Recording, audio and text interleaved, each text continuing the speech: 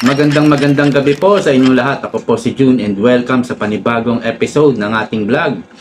Di ba nagpahayag po si dating Pangulong Duterte nung nakaraang speech niya sa Cebu. Ang sabi niya, si Marcos hindi na yan bababa. Mananatili yan sa pwesto. Para siya manatili sa pwesto, magmamarsyalo yan. Gagayahin niya yung tatay niya. Dictatorship ang gagawin. O, diba, naalala nyo yan? Ngayon, sumagot naman itong bagong aso ng Malacanang. Yung kahol ng kahol ngayon. Naaangasan nga ako dito eh. Media lang naman ng kausap niya. Diba? Pag nagpapa-press briefing siya. Kala mo, pag sumagot siya, kala mo may kaaway. Diba? Kala mo galit. Huh? Hindi malaman kung para siyang nakikipag-away sa traffic. O kaya nakikipagbungangera sa palengke. Ganun yung unang panood ko sa kanya. Yun agad yung nakita ko eh. 'Di ba? Panoorin niyo nga kung sasabihin yung mali ako, edi mali ako. Pero ganun po yung nakikita ko sa kanya. May angas siya. Kaya lang ligwak din naman po yung mga sagot, no? Kagaya po nito, no? Doon nga sa akusasyon ni dating Pangulong Duterte, Malacanang spokes, si Digong ang diktador, di si PBBM. Ito yung yung true fake news. Ito yung totoong fake news. Si Digong daw ang diktador, hindi si PBBM. ang diktador, ganito po yan. Naalala natin nung tatay ni Bongbong Marcos. Noon pong panahon ni tatay ni Bongbong Marcos, si Makoy, ang ginagawa po ng diktador, unang-una, kinukontrol niya yung media. Ngayon, ano napapansin niyo? Yung mainstream media, hindi ba't kontrolado ng Marcos administration? Hindi man 100%, sabihin natin mga 90%. Kontrolado or kinukontrol ng Malacanang ang media. Di po ba? Mainstream media muna tayo. Eh yung SMNI, hindi niya mabayaran siguro. Hindi niya makontrol. Ano ginawa? Pag may pumapalag, ganyan, ginugurgur. Di ba? Eh sinama na si Apollo Quiboloy dahil tropa ni dating Pangulong Duterte. So, yan po ang ginagawa. Tapos, ito namang social media. Ang gusto nilang kontrolin. Kaya lang, hindi nila makontrol. Although, meron silang mga Romualdez vloggers, Lisa Marcos vlogger.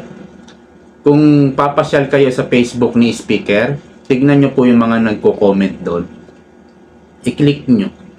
Tignan nyo, yung follower, 160, 190. Tapos tignan nyo yung mga post. Yung mga post, pinopromote nila yung mga senator slate ng administration. Ganon din kay Lisa Marcos. Kasi magmasid-masid kayo doon sa mga nagko-comment sa Facebook page nila. Malalaman nyo. So ngayon, ano ginagawa nila sa social media content creator, mga vlogger? Hindi ba't tina-target nila ngayon? Lalo na yung mga Duterte vlogger kasi hindi nila kaalyado eh. So yan po yung ginagawa ng dictatorship. Ang tanong sa'yo, Claire Castro, attorney yata ito eh. Claire Castro, kaano-ano kaya niya si Franz Castro? Parehas sila ng buhok eh, no? Hindi ka magkamag-anak ito si, dalawang Castro eh. Ang tanong, si Tatay Digong ba ginawa yan? Ginawa ba yan sa social media? Sa mainstream media? Buisit nga yung mga media sa kanya eh.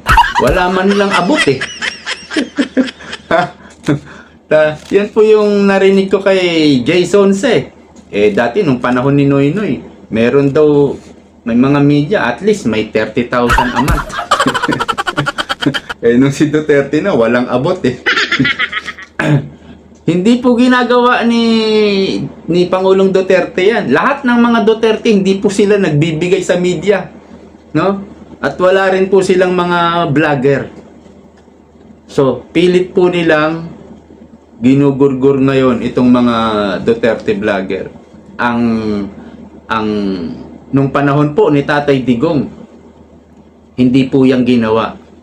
Wala pong ganyang pagkokontrol na ginawa si Digong. Kaya spokesperson Claire Castro, fake news ka. Ang talagang diktador ay itong si Marcos, no? Ito po yung sinabi niya. Remember the one accusing the President Ferdinand Marcos Jr., the former President Rodrigo Duterte, is the one who showed acts of dictatorship. Ano? O anong acts of dictatorship ang ginawa ni Digong?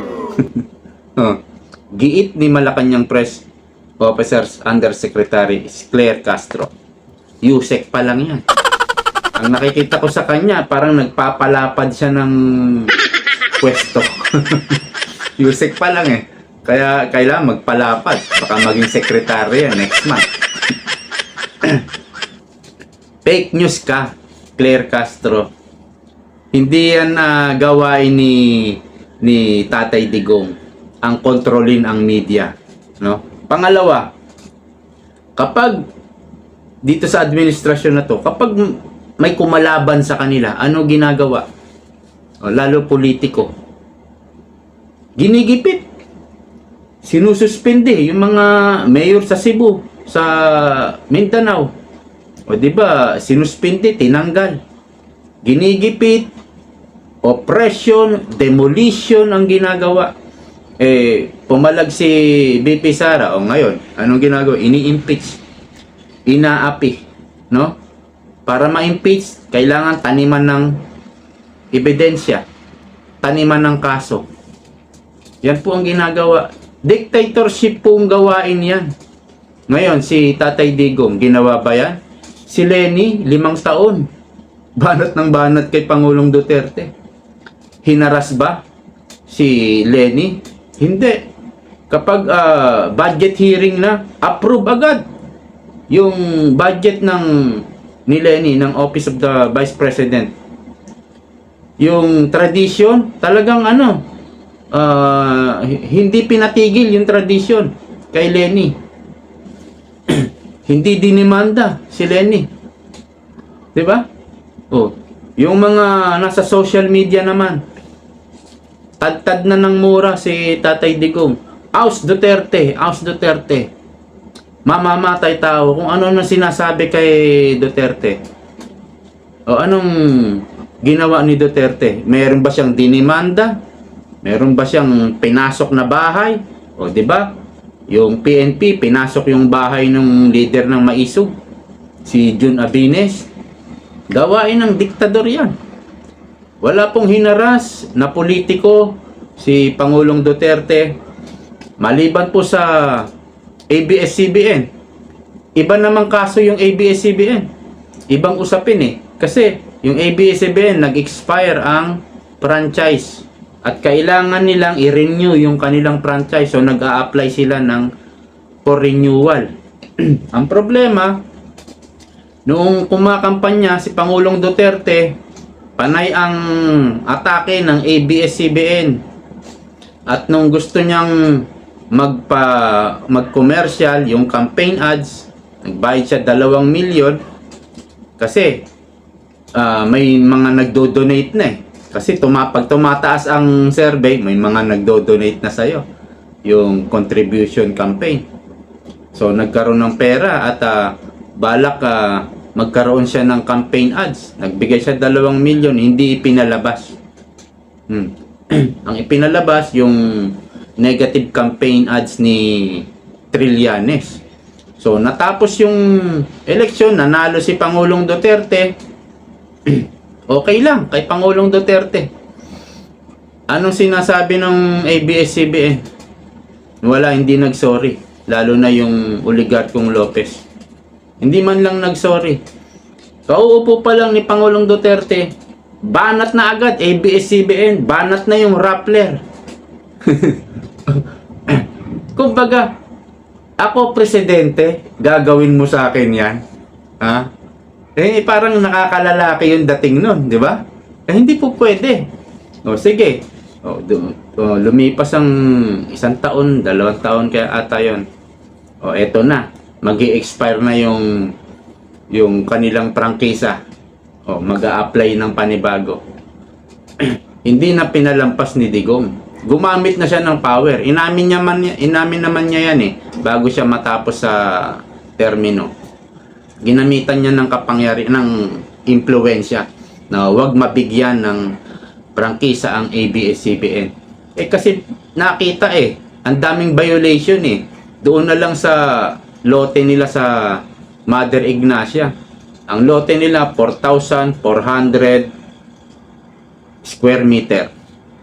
Pag magbabayad na sila ng tax ng amilyar, gagawing 44 square meter. Nabisto po yan ng mga congressman. Nila Marcoleta yata yon. So, dinadaya yung pagbabayad ng buwis itong ABS-CBN. At marami pa silang mga buwis na dinadaya talaga nila. For so many years na lumipas, ganun ang ginagawa nila. Meron pa silang violation sa labor code. At marami pa silang mga binibenta yung mga black box ba yun? Dapat libre yun. Kasi TV ka lang dapat wala kang singilin sa tao. TV ka lang libre dapat yan, libre. Violation din yun. Maraming ginawang violation yung ABS-CBN, saka alam naman natin si tanging President Rodrigo Duterte lang ang kumalaban sa mga oligarko. Pero yung oppression, demolition job sa mga kalaban ni Pangulong Duterte, wala po siyang dinimanda, wala siyang pinasuspend. Wala po ako maalala, no? Baka meron, tama nyo ko. Pero wala siyang hinaras na kalaban sa politiko na tumitira sa kanila, no, na bumabanat sa kanilang mga politiko. Wala silang hinaras. Ganyan po yung mga Duterte. Di ba't si Lenny nga, si Trillanes, andyan si anong tawag nito, Risa Hontiveros, ang mga Rappler, sila Maria Ressa. Wala pong dinimanda si Tatay Diggs.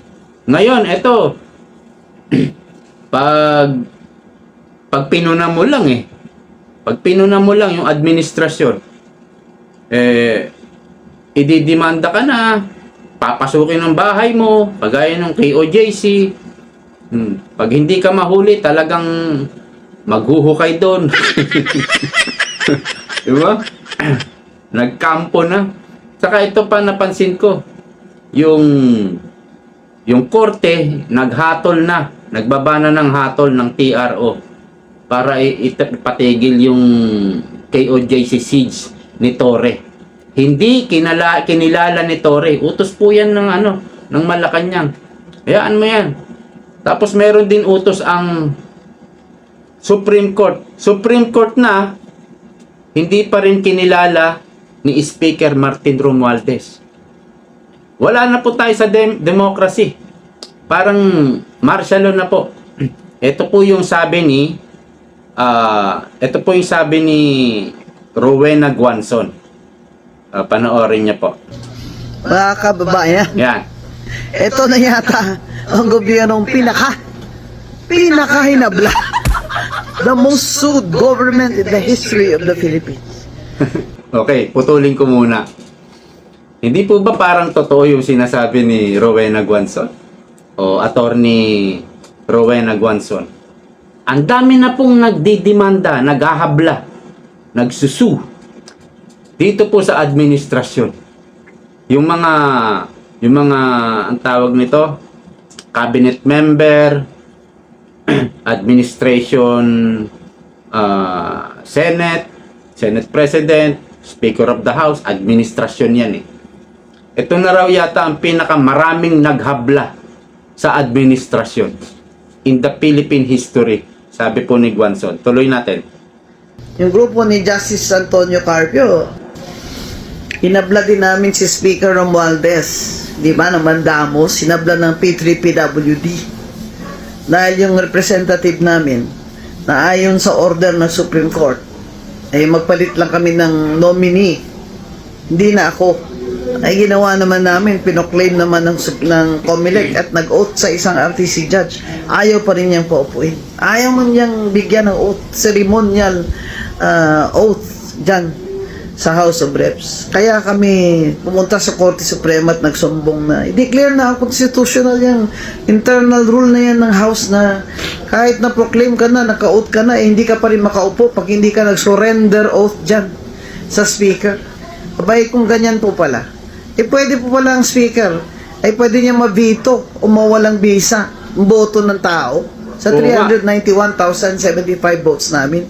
Hindi pa rin kami makaupo kahit may order na sa Korte Suprema. Ano yan? Anong klaseng Speaker yan? Talagang obvious na po yan na yan ay paghihiganti. Itong mga Marcos ay may mapaghiganti o vindictive. At Hoy. itong si Speaker Romualdez ay kasama po dyan bilang pinsan niya. She is part of the Marcos dynasty. Kaya ganyan po. Sana naman ay dahil rule of law tayo, demokrasya tayo dapat. Ay hindi sila ganyan. Oh, may isa pang nagabla sa kanila, yung aking mortal enemy na si Topacio. Inabla din sila sa ombudsman, criminal case. Kasi wala na pong mapuntahan ng mga tao. Wala na po dahil ang hawak nila sa kapangyarihan ay hawak na sa leeg. Hindi man tayo na martial law. Ay, malapit na po tayo, parang ganun. Ito pa. Hindi naman martial law, sabi ni Rowena Guanzon. Pero malapit na po tayo. Si Rowena Guanzon ang nagsabi niya. Kaya, ikaw, Claire Castro, ang layo po ng sinasabi mo, ang layo sa katotohanan, kumbaga. Yung sinasabi ni Tatay Digong, na si si Marcos, maaring hindi bumaba yan, maaring magkapit tuko yan sa pwesto, magbababa siya ng martial law at magiging diktador siya kagaya ng tatay niya. Mas malapit po sa katotohanan yung sinasabi ni Tatay Digong kaysa sa sinasabi nito ni Claire Castro. Hindi po ba? Ang layo yan yung ginagawa pagkalaban, pag kinikriticize sila ni Rowena Guanzon, dahil kinikriticize, mapaghiganti itong mga Marcos na to. Sabi ni Rowena Guanzon, yan ang diktador.